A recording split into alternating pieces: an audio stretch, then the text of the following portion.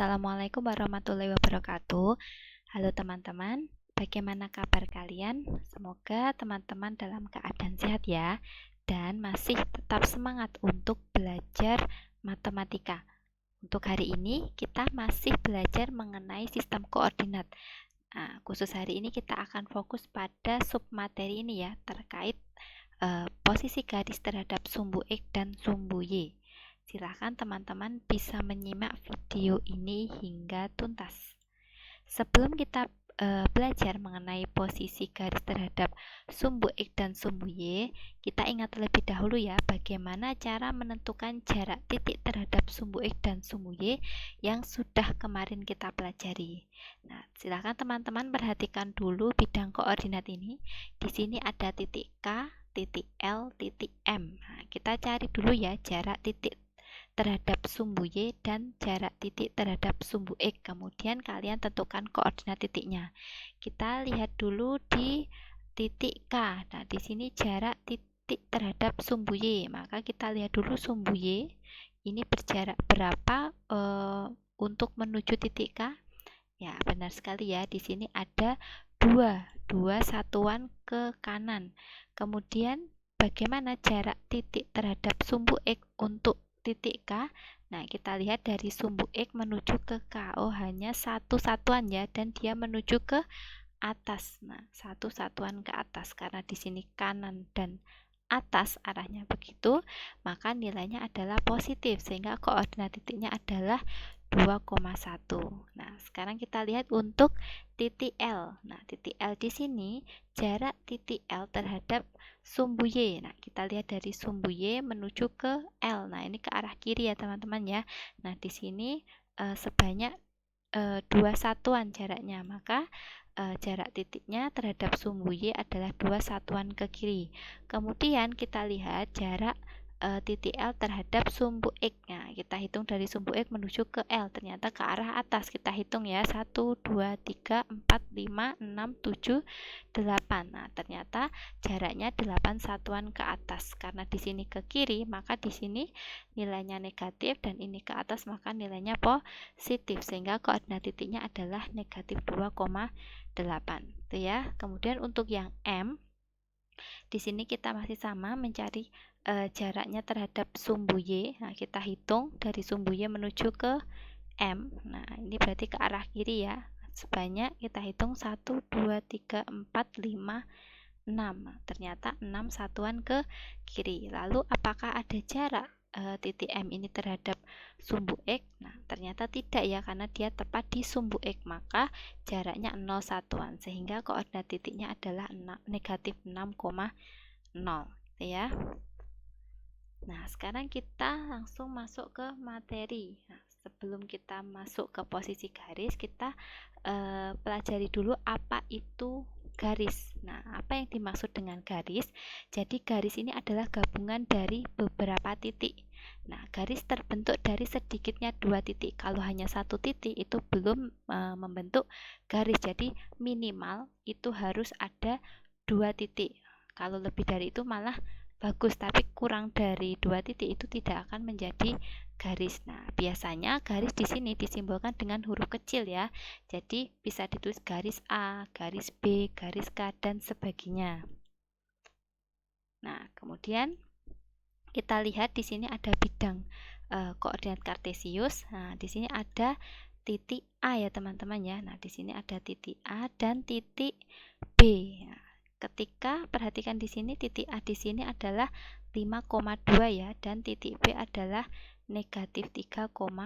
Ketika titik A dan titik B saya hubungkan, maka akan membentuk sebuah garis. Nah, di sini ada panah, ini menunjukkan bisa diperpanjang sampai tak hingga ke sana ya, ke kiri ataupun ke kanan. Nah, di sini bisa saya berikan nama yaitu garis A. Jadi kan di sini minimal tadi adalah 2 titik. Kalau hanya 1 titik A ini nanti itu tidak akan bisa menjadi garis. Jadi minimal ada 2 titik baru terbentuk garis gitu ya. Nah, sekarang juga perhatikan di sini ada titik C, titik D, dan titik E. Nah, perhatikan di situ titik C adalah negatif 6,0, titik D negatif 4, negatif 3, dan titik E negatif 2, negatif 6. Nah, di sini ada 3 titik ya. Nah, berarti lebih dari 2 titik. Ketika misalnya hubungkan, dia juga akan membentuk sebuah garis ya, karena kan di sini sudah lebih dari 2 titik. Nah, di sini saya berikan nama garis M. Jadi di sini bisa membentuk sebuah garis. Bisa saya perpanjang sampai sana dan ini sampai ke bawah hingga tak hingga panjangnya ya. Nah, sekarang kita belajar mengenai posisi garis terhadap sumbu X dan sumbu Y. Jadi, posisi garis terhadap sumbu X dan sumbu Y itu dibagi menjadi 3 ya. Jadi, yang pertama itu garis sejajar dengan sumbu X dan sumbu Y, garis tegak lurus dengan sumbu X dan sumbu Y, serta garis memotong sumbu X dan sumbu Y. Nah, kita pelajari satu per satu. Nah, untuk yang pertama dulu kita belajar mengenai garis sejajar sumbu X. Nah, di sini perhatikan ya, ada garis L1, garis L2, L3, dan L4. Nah, kita cari dulu ya jarak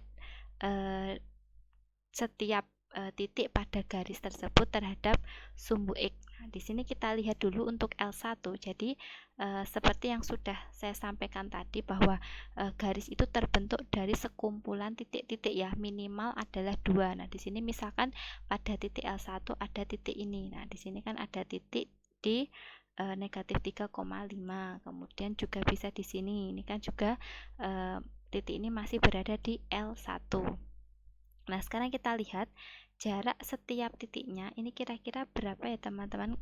Dari sumbu X kita hitung ya, 1, 2, 3, 4, 5. Ternyata juga sama ya, di sini semua titiknya berjarak 5 satuan dari sumbu X ya. Jadi di sini jaraknya adalah 5 satuan. Kemudian untuk L2 di sini juga terbentuk dari banyak titik ya. Jadi misalkan di sini ya, di sini berarti jarak terhadap sumbu X itu adalah 3 satuan ya. Nah, sekali di sini jaraknya adalah 3 satuan. Nah, di antara titik-titik di sini yang melewati L2 dia berjarak 3 satuan. Kemudian untuk L3. Nah, L3 di sini kita lihat jaraknya terhadap sumbu X ternyata adalah 4 satuan ya, karena ini ketika dihitung adalah 4 satuan. Kemudian untuk L4. Nah, L4, setiap titik-titik yang berada di L4 ketika saya hitung jaraknya terhadap sumbu X itu adalah berjarak 7 satuan ya. Nah, sekarang perhatikan dulu apakah jarak setiap titik pada garis L1 tadi terhadap sumbu X-nya sama? Nah, coba tadi titik ini kan berada di L1. Titik yang lain ini juga berada di L1. Apakah jaraknya ini tadi sama? Ya, di sini sama ya, sama-sama 5 satuan. Kemudian apakah jarak setiap titik pada garis L2 terhadap sumbu X itu juga sama? Nah, di L2 juga. Di sini kan titik di L2 ini jaraknya 3 satuan. Nah, jarak titik di sini juga 3 satuan. Jarak titik di L2 ini juga sama, 3 satuan. Maka dia juga sama ya. Nah, sama juga untuk yang apakah jarak setiap titik pada garis L3 dan L4 terhadap X-nya itu sama. Nah, ini juga sama. Untuk L3 itu jarak setiap titiknya adalah 4 satuan, dan untuk jarak setiap titik pada L4 terhadap sumbu X itu juga sama, yaitu 7 satuan. Nah, di sini posisi L1, kemudian L2, L3, dan L4 adalah sejajar sumbu X. Jadi kesimpulannya, garis yang sejajar sumbu X itu adalah garis di mana setiap titik pada garis tersebut memiliki jarak yang sama terhadap sumbu X. Jadi dipastikan setiap titik yang ada pada garis tersebut jika sama jaraknya terhadap sumbu X, maka itu dinamakan garis yang sejajar sumbu.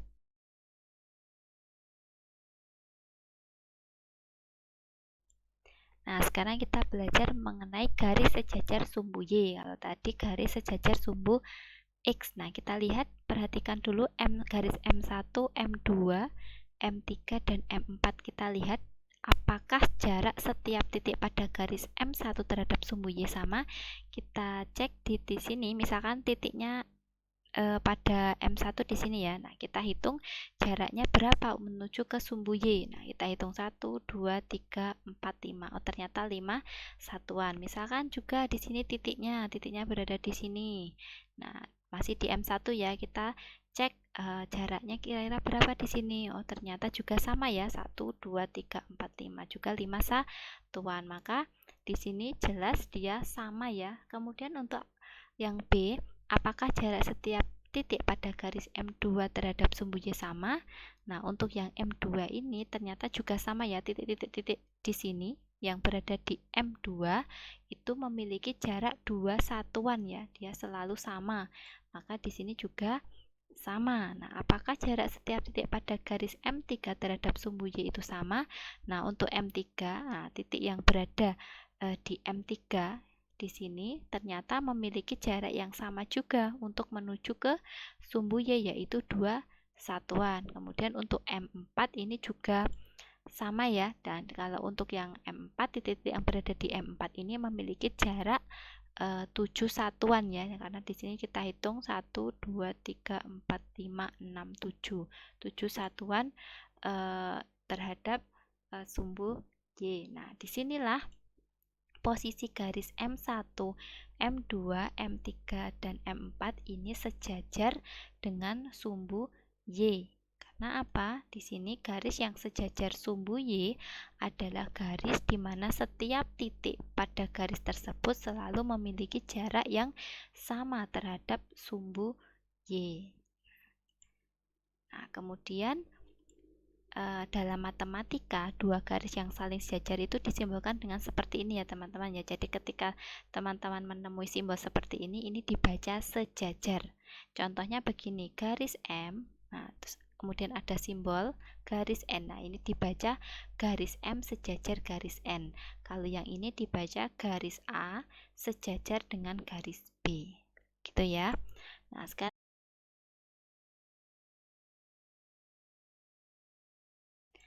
sekarang kita lanjut ke posisi garis yang kedua ya. Jadi untuk posisi garis yang kedua itu garis berpotongan dengan sumbu X dan sumbu Y. Teman-teman silahkan perhatikan dulu bidang koordinat berikut ya. Jadi di sini ada dua buah titik ya, dua buah titik A 4,0 dan B di sini 0,3.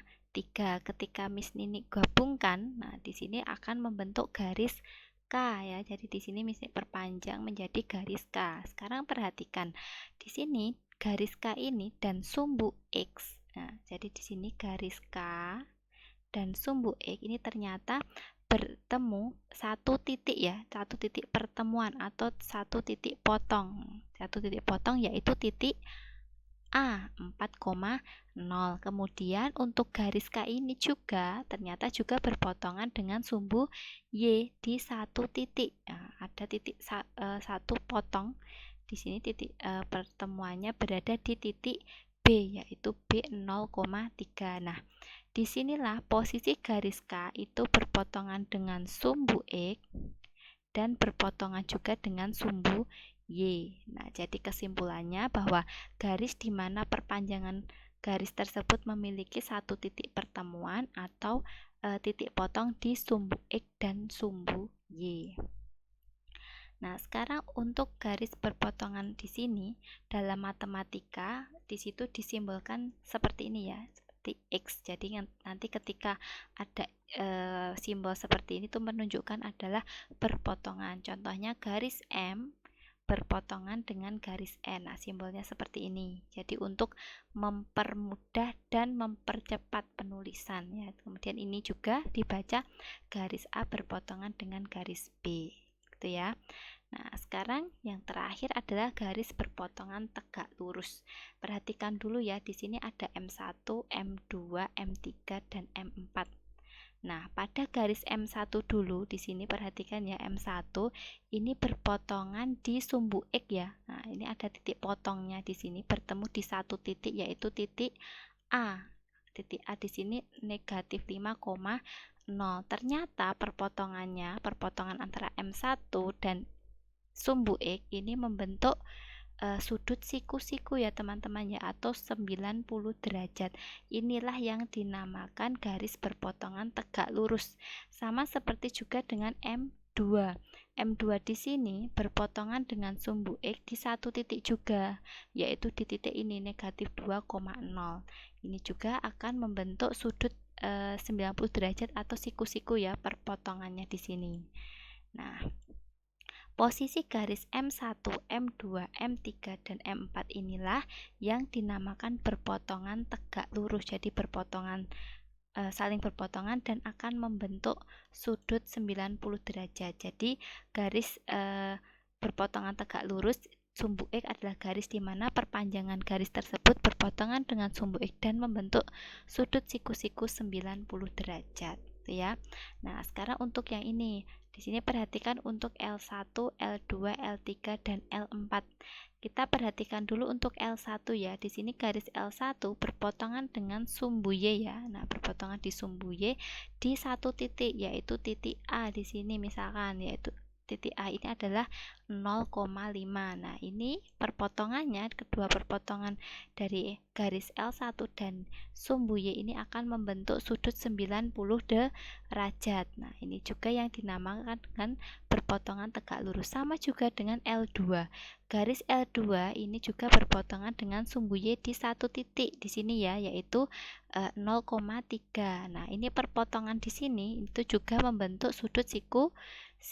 Nah, inilah yang dinamakan garis berpotongan tegak lurus ya. Jadi L1, L2, kemudian L3, L4 itu berpotongan tegak lurus dengan sumbu Y. Jadi di sini untuk garis yang berpotongan tegak lurus sumbu Y adalah garis di mana perpanjangan garis tersebut berpotongan dengan sumbu Y dan membentuk sudut siku-siku 90 derajat.